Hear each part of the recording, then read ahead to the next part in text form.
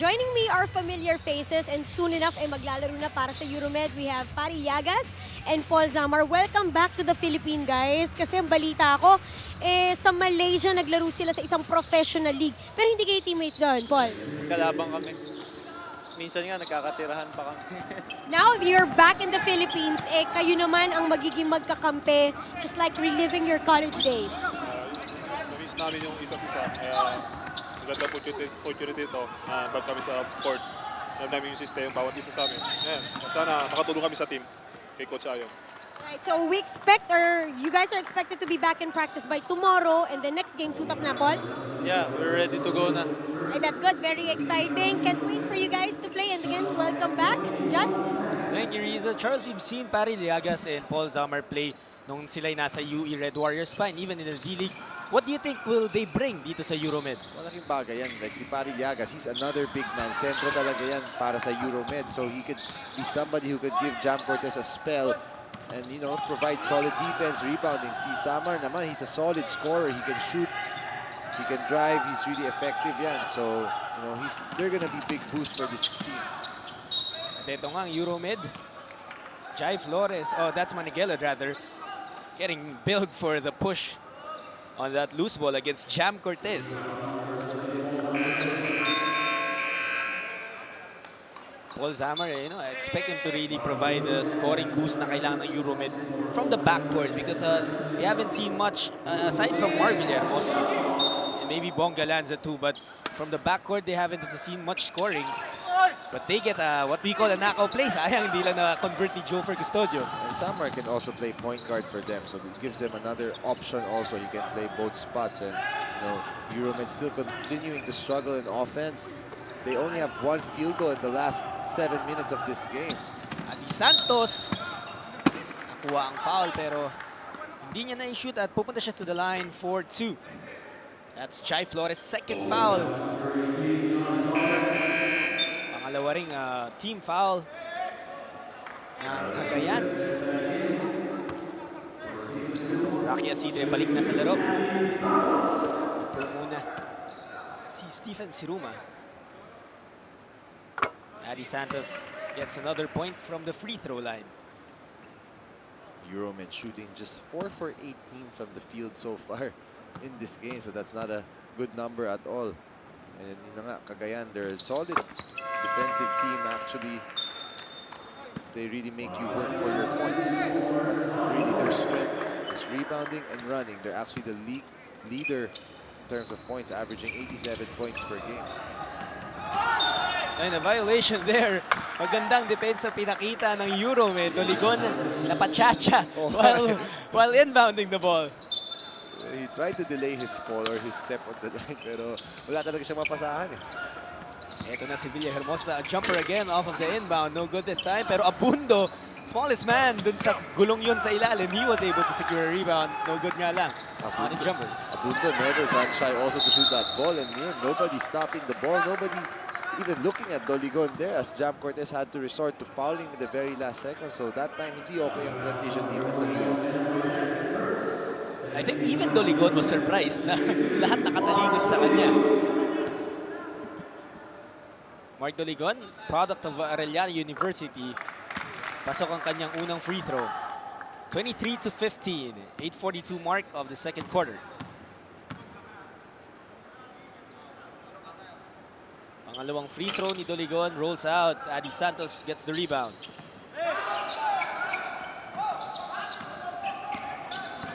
They go to Jam Cortez against Junar Arce. Abundo, balik kay Cortez.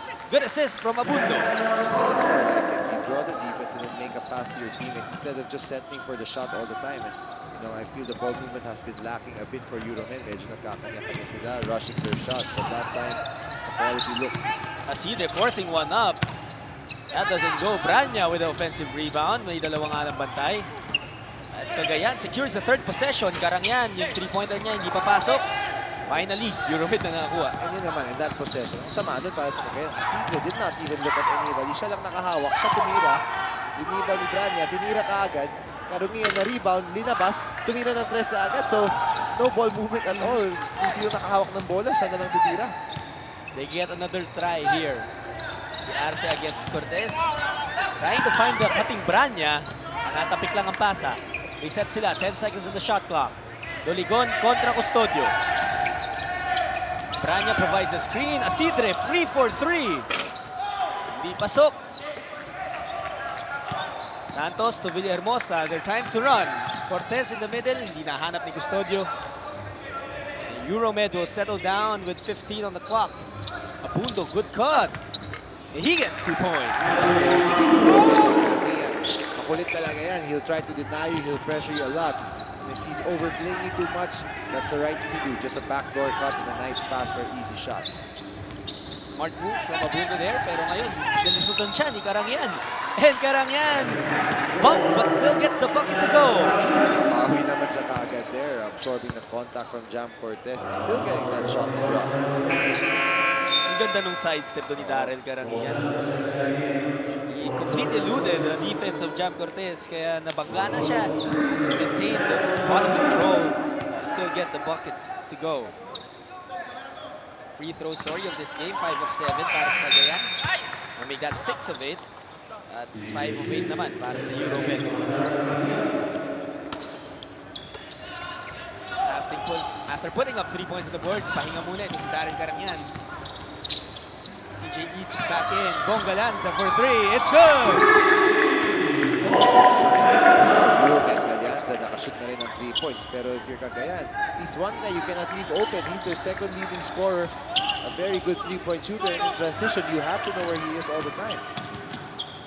Bongga Lanza, all he needs to happen is makita niyang pumapasok yung mga isa, dalawa, tatlong tira niya and he can really catch fire quick. Arce, nahanap si Isid. Isid returns the favor. 3-pointer din for him. When he held the ball, yung Euromed, lahat nakakollapse. They're almost like in the zone already. That's their formation. But the drawback for that is you have a guy like Isid na nakatanggap ng bola dun. Malayo yung depensa niya. Gives him enough time to get the shot off and make that shot. Galanza, yan yung sinasabi natin. Once you get him going, he can knock down a string of shots.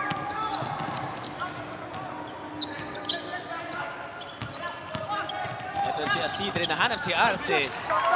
Brilliant pass from Asidre. Finally, Arce with an easy basket. Medyo tahimik pa talaga siya tonight. That could get his game going also. As you take a look at that nice pass from Asidre who drew the defense of Jam Cortez and dished it off. And Cagayan is still in the lead, 31-24.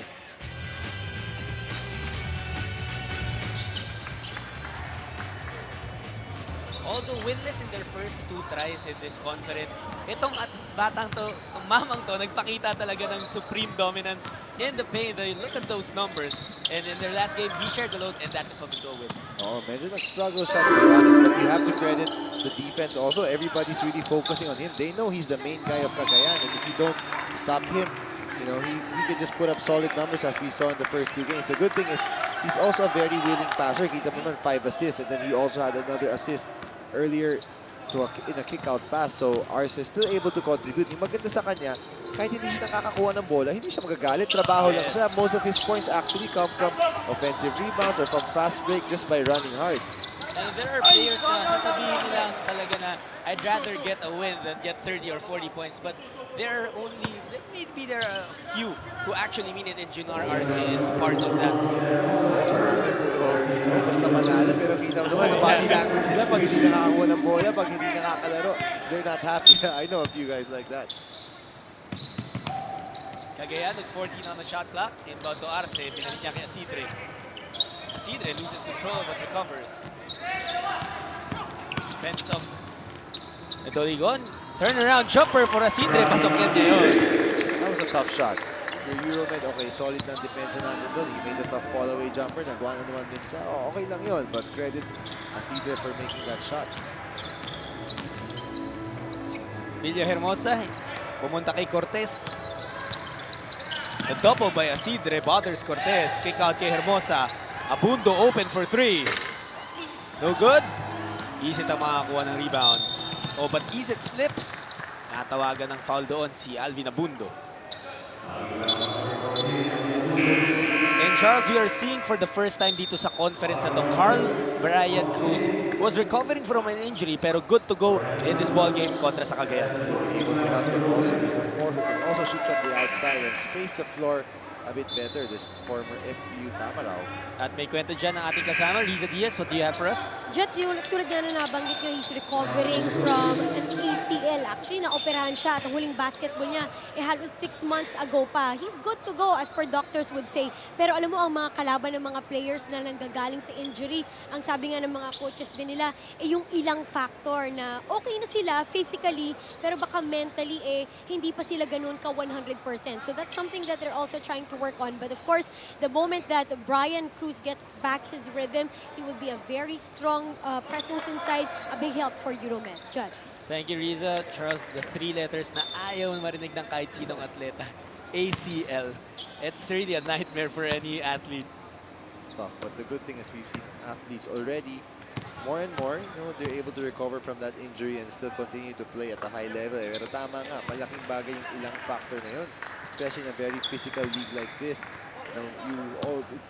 It's normally automatically at the back of your mind, so you tend to be a little bit cautious, and you can't blame the player for doing that. Siyempre, yung ACL, hindi naman basta-basta nangyayari yan. Here's Euromed. Out, Villahermosa, 3-pointer. Pasok yan for Mar Villahermosa. Getting those looks actually off a fast break, off a transition. Pag nag-press ang Cagayan, may nalilibre sa wing that time. Villahermosa, libre doon, and he's a good shooter. Cagayan looked like they lost possession, pero good recovery for them and got 2 points on the board. So now si Christian Manalo manning the point for Euromed. Medyo ineffective yung dalawang point guards nila, so he's getting a shot to make a contribution. He already had 1 assist right away. Depensa ng Cagayan kontra kay Jam Cortez has been on point as Doligon misses that 3-pointer. Tumatakbo ngayon ng Euromed. Manalo, they lose the leather. Another steal for Asidre. To Junar Arce, back to Asidre. Magandang pasahan, results to 2 points. That's the unselfishness of Junar Arce. Kita yun naman dun. He could have taken that shot but gave it back to Asidre who scored. And this is now the biggest lead of the game for Cagayan at 12. Carl Brian Cruz, first shot of the PCBL. It's good. I said it, John, that's what he can do. He can shoot the ball on the floor from anywhere, from 3-point range, from perimeter, and showing us there why. Isip to Prañez, mapuwang teammate. Great rotation by Gallanza. They're reading the pass and then drawing the foul on the fast break. But that's the way. You have to rotate the big guys after a pick and roll because their man is helping the ball handler. So good job by Euromed in that sequence. Maganda rin yung ginawa ni Bong Galante na he lost control for a while. Medyo nakita niya malalim na siya underneath the rim. So inantay niya na yung contact from Doligon. He will shoot 2 free throws. Babalik na. The guy who dominated the first quarter. Nico Banga back on the floor for Coach Toto Dohilio. Galanza, pasok ang kanyang unang free throw.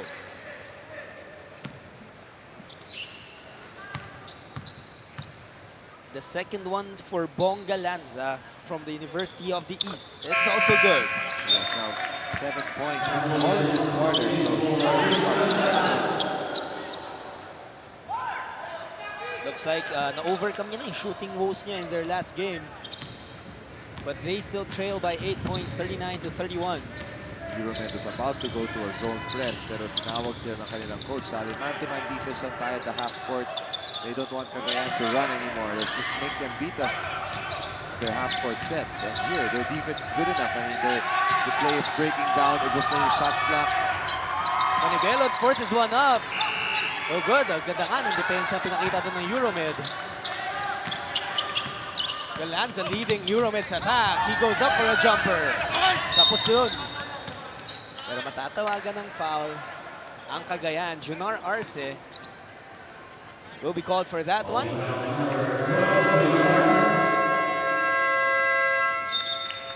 Our score in the second quarter, 2 minutes and 26 seconds left, 39-31. Lamang pa rin po ang Cagayan Rising Suns.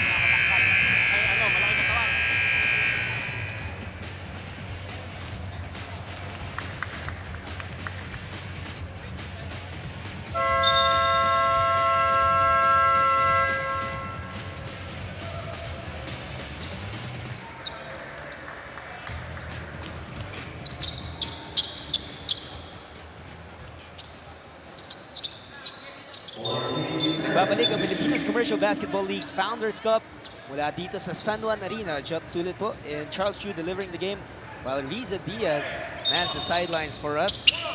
Cagayan leading Euromed 39-31. Whistle from the referee.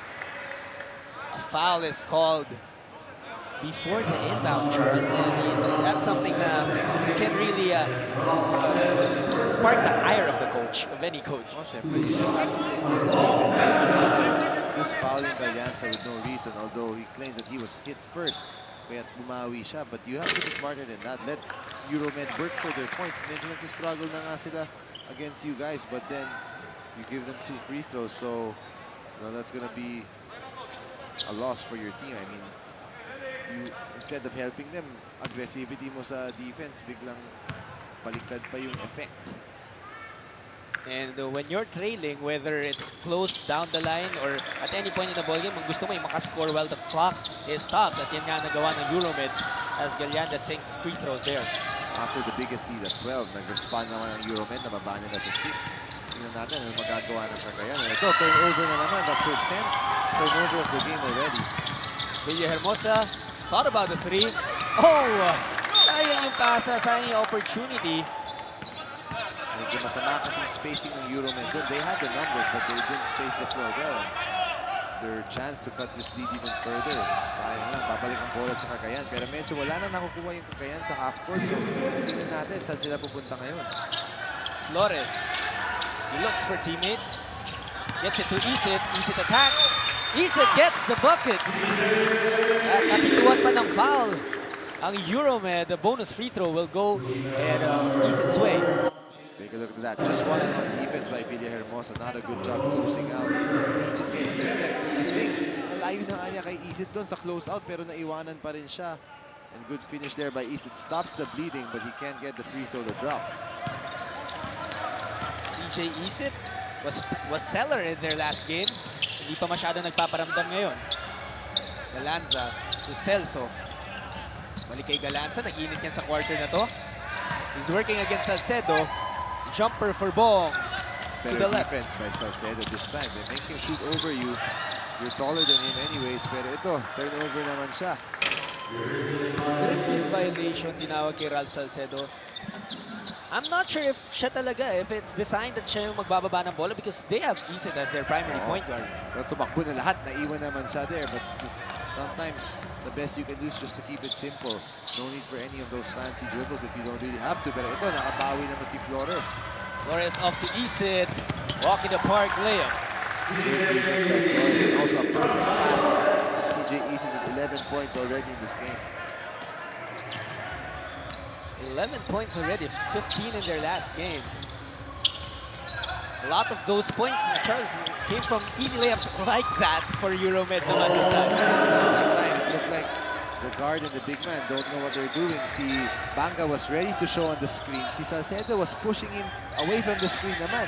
So walang mag-help sa'yo and si Galliano just took advantage of that. Agawa ng rebound, ako ni Jai Flores. Ito lang ang nagiging problema ng Euromed talaga. Masyadong dominate sila ng Cagayan sa rebounds and Isit again with a basket. So he also has 13 points together with Nico Banga. Those two combining for more than half their team's points. I know I said kanina hindi pa nagpaparamdam masyado to si CJ Isit. I'm wrong. He has been silent but very effective in this game. Oh, malaki talaga ang impact niya sa team na yan. And now he's even scoring for them. Contested 3 for De Leon, it's good. The defense is right on the space. Kaya libre, sama ng miss niya. Ito, to end the half with a hand in his face. Great closeout. That was good defense, pero a big shot there by De Leon to give at least maybe some momentum for Euromed after Isit was starting to take over. Exciting action to close out the first half of this ball game. Our score right now is 45-38 in favor of Cagayan as Euromed, they made their presence felt early on pero humabol at lumamang na rin itong Cagayan. Cagayan really led by Nico Banga and Isit. Of course, Asidre making contributions with an assist and with that fadeaway jumper. So they're getting help from a lot of their guys. Si Junar Arce medyo tahimik pa nga pero yun na nga, other guys are stepping up and that's huge for Cagayan. CJ Iset also leading itong Cagayan with 13 points. And after 20 minutes of action, sila ang lamang 45-38. We'll be back for second half.